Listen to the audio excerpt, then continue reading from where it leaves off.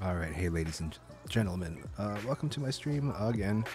Um, my name's Johnny, I'm 31 years old, I'm in the United States Navy. You guys have heard it before. If you've ever seen my videos, hey, what's up everybody? Wearing the brown shirt, checking out the back table over here, and I have another deck list for you, so stay tuned for that. We're going to go ahead and turn down the lo-fi hip-hop station real quick. Sweet. Alright, there is that. Back to the Android web server. So there we go. And I just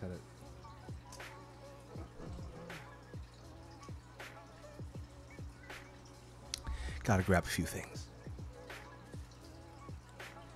Cool. So today's deck of the day, I guess, if you want to call it that. I've been doing like a bunch of these deck profile videos because I haven't been really streaming League of Legends. And that's normally what my streams are about, but I just haven't been doing them. It's just, I don't know, I kind of got off the League kick after I discovered a game called Final Fantasy 15. I've really been playing that as much as I possibly can, so more to follow on that. I did not play it for PS4 simply because I don't have one. Many of you know I'm a PC gamer, so I do streams like this. And then from time to time I will come around and do deck lists for everybody. So this one today got updated after GBT 14, and sad to say, I'm pretty much selling all my stuff. So if you guys want to buy in on that, holler me, give me a message. I'm pretty much selling because if you guys hadn't heard, on the stream last night in Japan, they announced that Bushiroad will be rebooting Cardfight Vanguard all the way back to first season, and what that means is the cards that we have now are going to be invalid come October. Well, that was one of the announcements, and we're going all the way back. Well, there's going to be a couple new mechanics, the game's kind of being rewritten, so forth and so forth, and that prompted me to do pretty much like the end game of Cardfight Vanguard here, at least, you know, staple as we know it. So there is that. So without further ado, I'm going to go ahead and switch to my TCG stuff right here, and then we'll go from there. So today's deck list, if you haven't really guessed, if you see the title down below, is Dark Irregular, and Dark Irregular got a huge boost in GBT 14, as well as Genesis, and then of course there was Gear Chronicle and Shadow and Royals. But today we're going to do Dark Irregular because it went from being mediocre to pretty damn good. Not going to lie.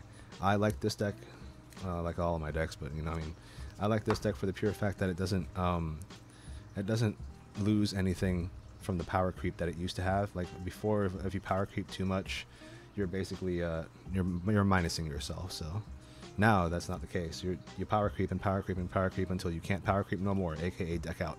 So there is that. We're gonna go from the bottom up today. So from starter to triggers to 1, 2, 3, and then 4. All right. So the starter today, oldie but a goodie. It's Enigmatic Assassin. So she's got a pretty cool effect. So her first effect is like if you have I think 10 cards in Soul, you can actually call her out during your attack phase, and it gets plus 5k, and then if it's 15 or more, it gets another 10k on top of that. So you have 15 cards in Soul, you attack, she comes out, and she's a 20k booster. Holy crap. That's big. So she's been a really good card for Dark Irregulars for some time now. I haven't decided to change her out because she's just that good. So we have one of her. She's really cool. And she's not a forerunner. That's another thing. Most starters, like if you ride over them, you'll call them to the rear guard. She is not. She has a darkness ability as well. So there's that. So for triggers, using the new heal trigger. So the new heal triggers do pretty cool things. This one's Amon's Follower, Abysm Lust. So what he does is if you discard this card to pay for a G guard, you can bind that heal trigger and another heal trigger, and then you get to countercharge or soul charge. So they're really, you know, simple effects, but effective for a wide range of decks. Minerva for Genesis actually got a trigger like this one. So that's my new heal. All right, and then the next one is the staple. It's actually a really expensive crit trigger right now. It's One-Eyed Succubus. She's the She's the when your Vanguard attacks, if it has Scharhrot in the name, put it into soul, draw a card, and give your Vanguard 5k. Easy. It's good stuff. Each clan has a copy of this, a clone of this card, so run it. And they're not generally like super rare. The next one we're going to go over is another set of crits. This one's Dark Knight of Nightmareland. Easy. Put it into soul, give something 3k, right? But it's a crit, and it goes into soul, so very good for Dark Irregular.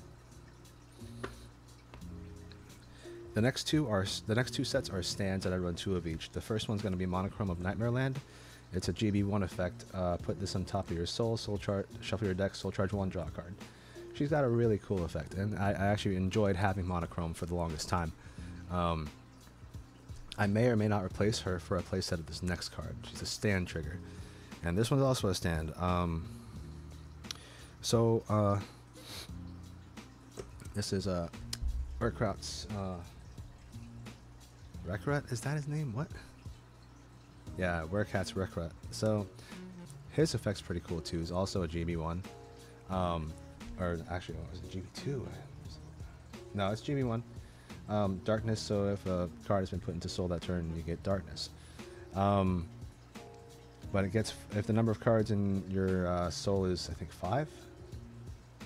Oh, 10. It gets a +5 attack and +5 guard, so really you can use it either or, like as a rear guard or whatever. And then if the attack didn't hit, it goes into soul, so you don't put it in the drop zone. Just more soul feed, really, for this card as well. That's my 16 trigger lineup, so we're going to go right into the grade 1s. I'm trying to do this pretty quick. The grade 1 lineup kind of changed pretty drastically. We used to have like the Doreen thruster and everything like that, but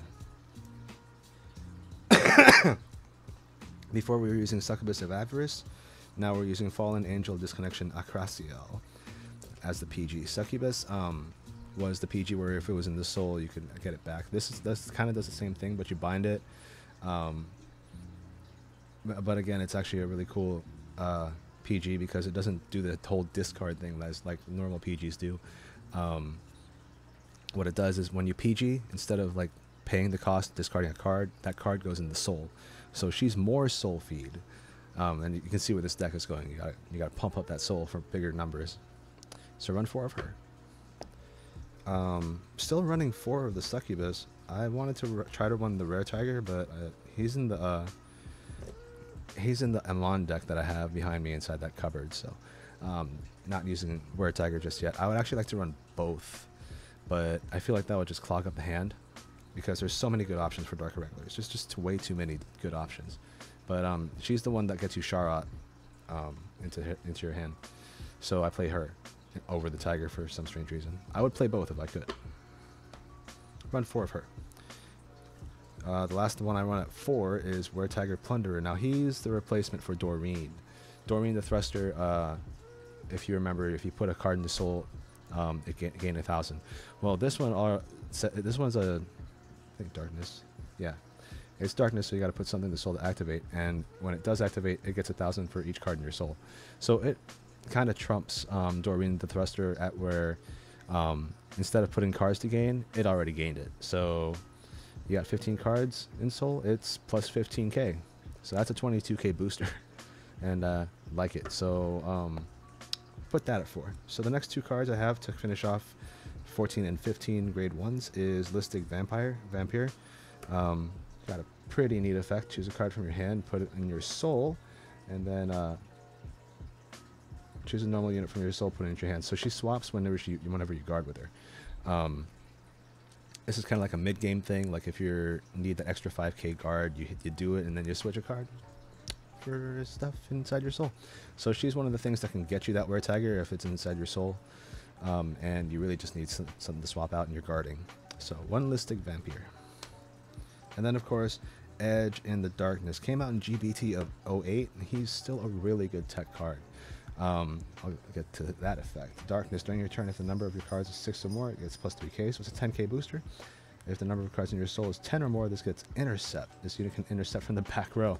Alright, so that's actually pretty cool. So he's got offensive and defensive measures. So 10k booster, and then it can intercept from the back row.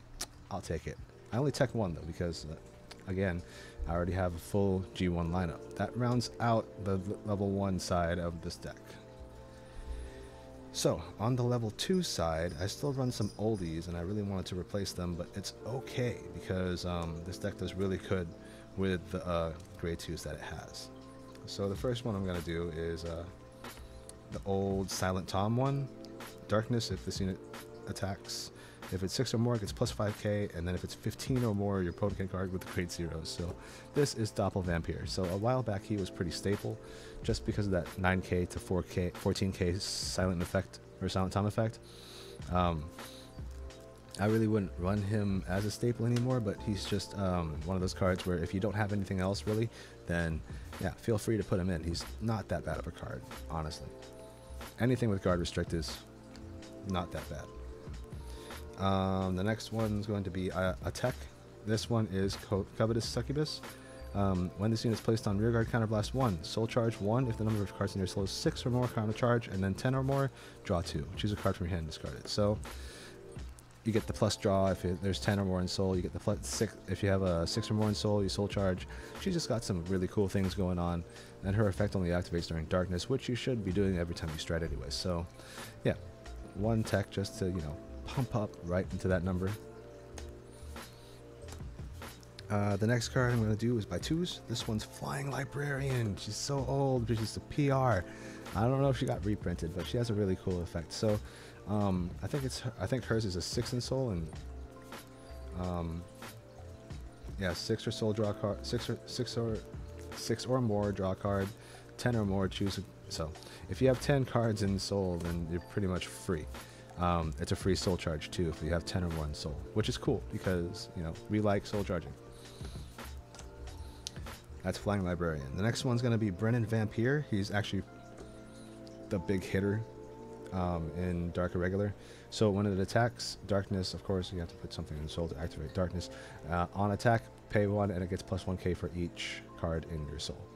At the end of your battle step, it goes into your soul and you draw a card. That's a pretty good effect. So you get the draw plus advantage, and then you get the plus power for that power creep, and it's awesome. It's just, you gotta run them at 4. I don't know why I don't have 4 of them. Oh, probably because I have like text in here. Okay. And last but not least, the Succubus of Jealousy. Now she has a really cool effect as well. On place rear guard, you can look at the top 7. I think it's top 7. Top 5, I'm sorry. If you look at the top 5 cards of your deck, put a grade 1 or greater card, or 2 grade 1 or greater cards into your soul. They have to have darkness, and then shuffle your deck. Also at JB1, she's plus 10 or plus 2k, so she's an 11k beater. This replaced another card that I probably have out here, right? Yeah. It's a replacement for Demonted Executioner. He does kind of the same thing. So she does the same thing as Demonted, except a little better. So we got rid of him. Maybe I'll put him in, or you can put him at double. Not sure, but either way, that's my grade 2 lineup. So feel free to comment on that. Last but not least, the grade 3s. And the grade 3s are really simple. So for grade 3s, I run one Evil God Bishop Castile. So he replaces Glenzand Vampire, and he's an on place Soul Blast 2, and those 2 cards that you Soul Blasted, he gains the effect. I don't know about you, that's pretty OP. So on place in Vanguard, yeah. So you can Soul Blast the other grade 3 for the Vanguard rear guard effect. You can do, there's a lot of things you can do with this particular card.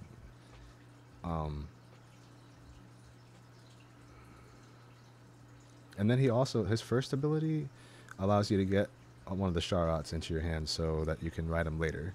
So all in all, he's got a pretty decent advantage in being in a deck. A lot of us would just run like grade 4 of each grade 3, but he's got some stuff going on that you might want to consider. So I run him at 1 though, so it's really good tech. Next I run 3 of the older new Scharhrot, GBT11, the GBT11 Scharhrot, and he's the when your genie unit stride, you soul charge 2, and if you have 4 or more in soul, your opponent chooses one of her rear guards and retires it. So it's an auto retire. Pretty cool. His GB2 is on attack. If the number of cards in soul is 10, he gets +5, and your opponent can't call grade 0s. So he's got some guard booster going on if you have 10 or more in the soul. I run 3 of this guy. His GB2, and the reason why he's good is because his GB2 works at the rear guard as well. So he's a good backup to the mainstay grade 3, which is one who proceeds towards daybreak, Scharhrot. So he's the one you really want to ride. Let's see these effects. When your genie strides, soul charge 2, choose a card from the darkness ability from your soul, put it into your hand, and then put one card in your hand into your soul. That's pretty neat. So it's kind of a big swap thing. It helps reorganize your hand so you have a better advantage. You can get a grade 2 that you need, or you can get a PG that you need. And then his on not stride ability, choose one of your grade 1 or greater rear guards, put it into your soul. At the end of your turn, you may pay the cost. If you do, your opponent chooses one of his or her rear guards, retires it, and if your soul is 8 or more, you countercharge. So just more advantage for you. If you're running 4 of these, of course. I run 4. And yeah, that's pretty much the mainstay deck. We're going to go into strides. So this 50 card deck, though, this deck, it power creeps. I love the way the Dark Irregulars power creep nowadays. Because before it was a hassle trying to get to it. I think this is the definitive edition of Dark Irregulars. Now that we have all the cards. I mean, not this build, but you know what I mean. So for strides, I'm gonna go into the G zone first. Accumulated attachment, Druj Nasu. If your soul has 8 or more, it gets plus 10k. Choose one of your grade 1 or greater rear guards with the darkness ability, put into your soul, and then you can draw a card. So plus draw, plus 10k. He's pretty cool, or she's pretty cool. So I run 1. I still run False Dark Wings, Agret Bat Malat, and she's a soul charge 2, and then it gets plus 5k guard, which is fine. It's a good first G guard. I run 2 Saint Germain. Here's one of them. So if the number of cards in your soul is 10 or more, it gets plus 10k until the end of battle, and if the number of cards here is 15, choose any number of your units, and until the end of turn to get resist. So Germain's actually not a bad card, especially when you're going up against something like Link Joker. He's a good counter to it, so your opponent can't lock your units. And I run 2 of him. The last one I have is Medical Studies of Extinction Vincent. I really should be getting the heal triggers for Vincent, but I decided on the other heal triggers. This is an unflip a G guard, and then soul charge 1, and it gets plus 5k for every 5 cards in your soul. So you have 25 cards in your soul. That's 5, 10, yeah, you can do the math, but Vincent. So that's 5 G guards, and because one of them is an unflipper. So for the strides, what about these strides? Good lord, these strides. So I'm going to go by order of what I like to stride first, and what me and the wife like to stride first. We like to stride Balaam first. This is one who hunts souls, Balaam, and I'm going to just put 2 right there. I run 4 of this guy. This is Counterblast 1, it's an act, once per turn. Counterblast 1, choose a face down with the same card name as this unit, so you unflip himself. Counterblast 1, unflip himself, choose one of your opponent's rear guards. Oh, this is the one that gains your opponent's rear guard's power, and then you retire it, and then it gets plus 1 drive. And then you can soul charge 2 for each face-up card in your G-zone. So at like the second turn, if you have 4 cards face up in the G zone, you're soul charging 8 if you want to, of course. We always like that power creep, always. And then his GB3 is if the number of cards in soul is 13 or more, your opponent can't call grade 1s. So no trick dodge at the GB3. I run 4 of this guy because he's easily one of the better first striders. There's other first strides that you can possibly use, like the rare ones, but after coming across the cards that we have right now, this actually is a better fit for the G zone for us. So you can choose, and it's been a real big hassle to choose which one of these cards to run it for. The next one I'm going to run into is the old one. It's Abominable 1 Gears de Ray. He's got the plus 10k crit and the glory. Yeah. Oh, I have an SP one. I didn't know that. If your face-up card in your G zone is 2 or more, it gets +1 crit. Number of your soul is 10 or more, it gets +10k. 15 or more, when this you can't call grade 1 or greater units from hand to G guard. It's just got all kinds of things going for it. So it's kind of like the backup to the backup to the backup. Really, like, if you're trying to push for end the game in the mid game, then he's one to do it with, and it makes sure that your opponent like gets frustrated over having to take damage, especially when there's a crit on him. Alright, so after that, the next card we're going to use is Mouse, one who splits darkness. So this guy's got a pretty cool effect. And I'm not entirely sure why he's not any more expensive. Probably because he wasn't really short printed. In fact, he's been pulled way more times than I could imagine. So his GB2 skill is you only use this at GB2. Is Counterblast 1, unflip himself, choose 2 cards from your hand and put them into your soul. That's the cost. When this unit attacks, if the number of cards in your soul is 10 or more, you can do it. And then return all grade 0 cards from your rear guard and soul to your deck. So that's all your triggers. Put them back in your deck. Shuffle your deck, choose 2 of your units. They get +5,000 until end of turn. And then at the end of battle, stand this unit, it's drive -2. So it's a restander. It puts all your triggers back into your deck, so you don't deck out. You get up the power creep +5k for 2 of your units. It's just, I run 2 of this, and there's a good reason. That's a good reason why. All right, so there's 2 of those. Cool. The next 2 cards are one steeped in sin, Scharhrot. So this one came out a while ago. He's kind of the mainstay of the deck. He's got a pretty cool GB2 effect when darkness is activated. On attack, Counterblast 1, retire all of your opponent's rear guards. It gets +10k, and then glory ability. You can't call cards from Sentinel, so you can't PG this card. Yeah, so you really want to play this like near the end game. So forth and so forth. He's a really good card to have in the Scharhrot deck. In fact, you should probably be playing him if you're running a Scharhrot deck. So, yeah, I run, surprisingly, 2 of these cards. Yeah. The very last card, of course. I mean, if you have the money, or if you are lucky enough to pull it, I do run Zeroth Dragon of the End of the World, Dust. So he's your ultimate stride. I took out the GB8 for this guy because the GB8 for Dark Irregulars wasn't all that great. It was like GB8 for every 13 cards in your soul, it gets +13. All your units, or your front row units, get +13k, +1 crit. I think Dust does a lot better in ending the game than that GB8. So what Dust does is you counterblast 2 on the stride, the ultimate stride, which is you discard your Vanguard. So you have the same one, you discard it. Cool. And then your opponent's units get reduced to 1. What else?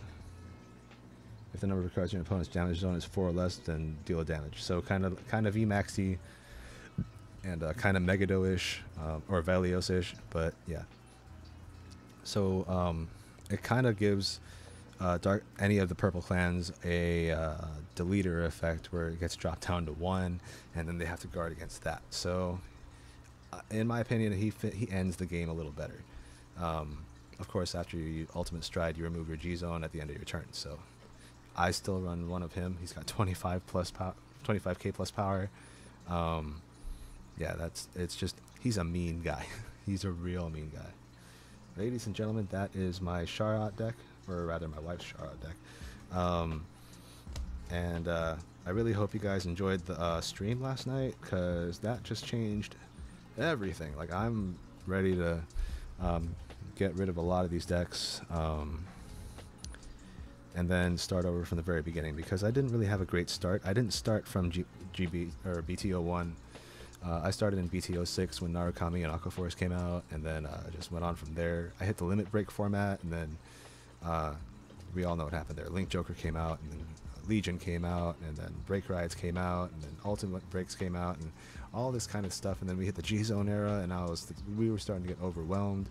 It's nice to finally have that reboot that we've all wanted. So honestly, like some people are kind of salty about it because they got really good at this format, but there's no real better way to, you know, stop a game from dying than to just reboot with a couple of new mechanics or just playing the game differently, which I was pretty salty about with Yu-Gi-Oh, honestly, because like you've had the same game for so long and you've added different mechanics, and then you just change up the whole field in the game, and I couldn't keep up with that. So this game, it's gonna, instead of moving forward to add more mechanics, it's gonna go all the way back to the beginning and rehash with new mechanics. So the Stride deck is actually gonna go away come October, so we're rebooting the whole thing from the very beginning. We're getting a couple new triggers, so forth and so forth, and that's my little spiel on the new format coming in June. By the way, this is all coming in June, so I hope to see you there for that. For my California players, you'll probably see me at a regionals with a new style deck. Probably not this year, because little secret, I'm probably going on deployment. You know me, Navy guy. Yeah. But yeah. Anyways, that's the end of this video. I hope you enjoyed my little rant about the new format and my wife's Scharhrot deck. Really glad that we could get that built. So it's been a lot of fun. Anyways, my name is Johnny. I'm 31 years old. I'm in the United States Navy. I will see you guys later. Maybe with some more League of Legends. I don't know. I haven't done that stream in a very long time. But stay tuned. My next deck list should be Minerva. So.